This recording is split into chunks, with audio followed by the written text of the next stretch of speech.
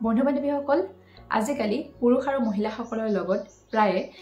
চুলিৰ লগত জড়িত সমস্যা হোৱা দেখা যায় আৰু এই সমস্যাখিনি দূৰ কৰিবৰ কাৰণে বহুতে ডক্টৰৰ ওচৰত গৈ বহুত টকা খৰচ কৰে কিছুমানে সুফল পায় কিছুমানে সুফল নাপায় এনে সক্ষম নহব পাৰে ডক্টৰক দেখাবৰ কাৰণে নহয় জানো মই বাৰু ডক্টৰৰ কথাটো নকওঁ কিন্তু আমি ঘৰুৱা কিছুমান উপায় ব্যৱহাৰ কৰি কিন্তু চুলিৰ লগত জড়িত সমস্যাখিনি দূৰ কৰিব পাৰোঁ আগৰ দিনত মানে আয়ুৰ্বেদিক যিবিলাক উপায় আছিল সেইখিনিওটো আমাৰ ৰোগ ভাল কৰিছিলে সেইখিনিও চুলি বা ছালৰ সৌন্দৰ্যতা বৃদ্ধি কৰিছিলে নহয় জানো বৰ্তমান সময়ত যিখিনি কসমেটিক ব্যৱহাৰ হ'বলৈ ধৰিলে তাৰ কাৰণে এই ঘৰুৱা উপায়বিলাক প্ৰায় ব্যৱহাৰ কৰিবলৈ ইচ্ছা নকৰে কিন্তু এই ঘৰুৱা উপায়বিলাকেও কিন্তু আমাৰ চুলিৰ লগত জড়িত সমস্যাখিনি খুব সহজতে আৰু খুব ভালকৈ দূৰ কৰাত সহায় কৰে আজি হেহে মই আপোনালোকৰ ওচৰলৈ এনেকুৱা এটা সহজ আৰু এনেকুৱা এটা উপকাৰী ঘৰুৱা উপায় লৈ আহিছে যেটো ঘৰুৱা উপায় আপোনালোকে ব্যৱহাৰ কৰিলে চুলিৰ লগত জড়িত প্ৰায়খিনি সমস্যাই দূৰ কৰিব পাৰিব তেনেহলে ঘৰুৱা উপায়টো কেনেদৰে বনাব লাগে আহকচোন চাই লও আজি আপোনালোকৰ মাজত এনেকুৱা এটা সহজ আৰু এনেকুৱা এটা উপকাৰী ঘৰুৱা উপায় আপোনালোকৰ আগত বনাই দেখাম বা ব্যৱহাৰ কৰি দেখাম যেটো মই বহু বছৰৰ পৰা ধৰি ব্যৱহাৰ কৰি আহিছো আৰু তাৰ ৰিজাল্টটো অ্যামেজিং হয় তেনেহলে ঘৰুৱা উপায়টো কেনেদৰে বনাব লাগে কি কৰিব লাগে সবিশেষ মই আপোনালোকক দেখাই থাকিম আশা ৰাখিলো এই ভিডিওতে কিন্তু আপোনালোকক অলপমান হলেও সহায় কৰিব তেনেহলে এই ঘৰুৱা উপায়টো কেনেদৰে বনাব লাগে আহকচোন চাই লও বন্ধু-বান্ধৱীসকল আজি মই আপোনালোকৰ মাজলৈ যেটো ঘৰুৱা উপায় লৈ আহিছো এই ঘৰুৱা উপায়টো কিন্তু আপোনালোকে দুটা উপায়েৰে ব্যৱহাৰ কৰিব পাৰিব প্ৰথমটো আপোনালোকে হেয়াৰ টনাৰ হিচাপে ব্যৱহাৰ কৰিব পাৰিব দ্বিতীয়তে আপোনালোকে কিন্তু হেয়াৰ পেক হিচাপেও এই ঘৰুৱা উপায়টো ব্যৱহাৰ কৰিব পাৰিব এই ঘৰুৱা উপায়টো এতিয়া বনাবলৈ মই 1 চামুচ বা 1.5 চামুচৰ পৰিমাণে চাউল লৈছো দ্বিতীয়তে লৈছো এয়া মই 1 চামুচ মেথি গুটি এতিয়া বহুতে মেথি গুটি চিনি নাপায় আপোনালোকে দোকানত গৈ মেথি গুটি খুজিলে আপোনালোকক দি দিব নাইবা আমি যে ডাইল তেল মাৰিবলৈ পাঁচফোৰণ আনো তাত মিক্স হৈ থাকে মেথি গুটি হেতুৱে দেই আপোনালোকে মাহতক খুদিলে চিনি পাই যাব এয়া মই 1 চামুচ চাউল আৰু 1 চামুচ মেথি গুটি এটা পাত্ৰত 1 গিলাস পানী উতলাই তাতে মই দি দিছো আপোনালোকৰ যদি চুলি দীঘল হয় বা আপোনালোকে হেয়াৰ পেকটো অলপমান সৰহকৈ লগাবলৈ বিচাৰে তেতিয়া হলে ইয়াৰ পৰিমাণখিনি বৃদ্ধি কৰিব পাৰে এয়া চাওকচোন গৰম পানীখিনিত প্ৰায় 1 মিনিট মান সময় চাউল আৰু মেথিগুটিখিনি ভালদৰে উতলাই লোৱা দেখা পাইছে পানীৰ কালাৰটো চেঞ্জ হৈছে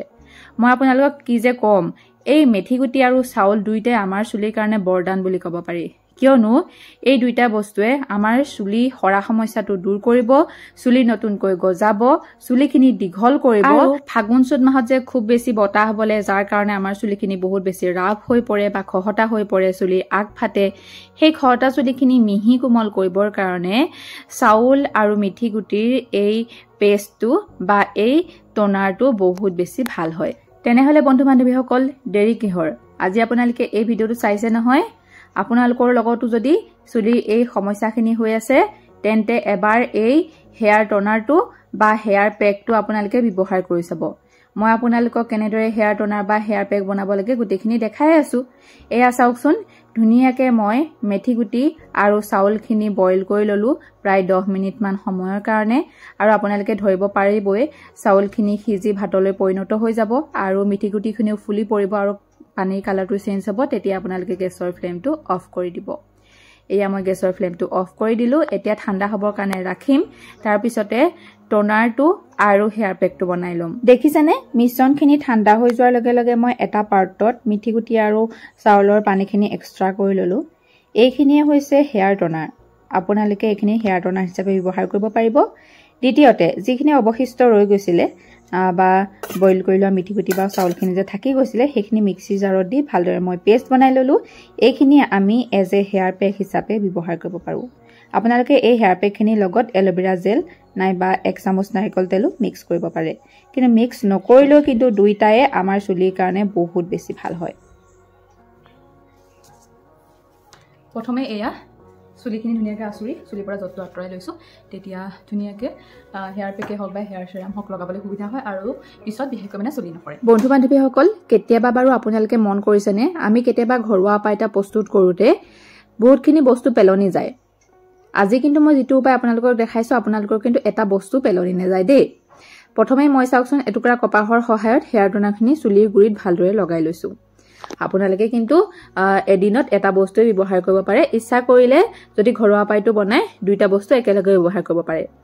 এই হেয়াৰ টনাৰটোৱে আমাৰ কিন্তু চুলিৰ গুৰি তেজৰ চলাচলটো বৃদ্ধি কৰিব, নতুনকৈ চুলি গজাব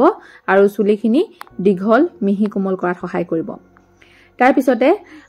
এয়া চাওকচোন, ধুনীয়াকৈ মই চুলিৰ গুৰিত এই হেয়াৰ টনাৰটো ব্যৱহাৰ কৰি ললো আৰু চুলিৰ আগবিলাকতো অলপমান ব্যৱহাৰ কৰি লৈছো। চাওক, আমি যেতিয়া এটা হেয়াৰ পেক লগাও তেতিয়া চুলিখিনি অলপমান হ'লেও আমি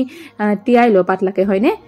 আৰু এই হেয়াৰ টনাৰটোৱে সেই কামটোৱে কৰি দিছে চাওকচোন। তাৰপিছতে মই যিখিনি হেয়াৰ পেক বনাই লৈছিলো মিশ্ৰণটোৰ সহায়ত ধুনীয়াকৈ মই চুলিৰ গুৰিৰ পৰা চুলিৰ আগলৈকে লগাই লৈছো। আৰু এই হেয়াৰ পেকটোৱে কিন্তু আমাৰ চুলিখিনি নতুনকৈ গজাব, চুলিখিনি দীঘল কৰিব, চুলিখিনি একদম মিহি আৰু কোমল কৰাত সহায় কৰিব। আপোনালোকে লগাই চালেহে ৰিজাল্টটো গম পাব, সেয়েহে এবাৰ আপোনালোকে ব্যৱহাৰ কৰি চাব।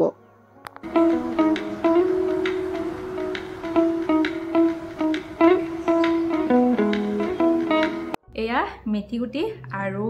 চাউলৰ পেষ্টটো মই চুলিত ভালদৰে লগাই ললো। প্ৰত্যেকডাল চুলিতে এয়া চাওকচোন লাগি যোৱাকৈ পেষ্টটো লগাই লৈছো। এতিয়া এইখিনি আধা ঘণ্টা নাইবা 1 ঘণ্টাৰ কাৰণে চুলিত লগাই ৰাখিম, তাৰপিছত চুলিখিনি শ্বেম্পু কৰি ধুই দিম।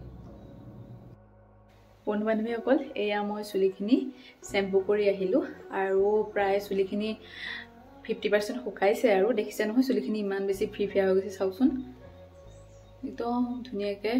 ফিফিয়া হৈ গৈছে, স্মুথ হৈ গৈছে আৰু অলপমানো জট নাই। আৰু চাওকচোন বন্ধু বান্ধৱীসকল, তেনেহ'লে আশা ৰাখিলোঁ এই ঘৰুৱা উপায়টোৱে আপোনালোকৰ চুলিৰ লগত জড়িত সমস্যাখিনি প্ৰায় 50% হ'লেও দূৰ কৰাত সহায় কৰিব। যদি ভিডিঅ'টো অলপ হ'লেও আপোনালোকৰ কাৰণে সহায়কাৰী হয় তেতিয়াহ'লে আপোনালোকে এটা লাইক কৰি এটা কমেণ্ট কৰি কিন্তু জনাবলৈ নাপাহৰিব। আৰু যদি চেনেলত মোৰ কোনোবা নতুনকৈ ছাবস্ক্ৰাইবাৰ আহিছে চেনেলটো ছাবস্ক্ৰাইব কৰি ল'ব।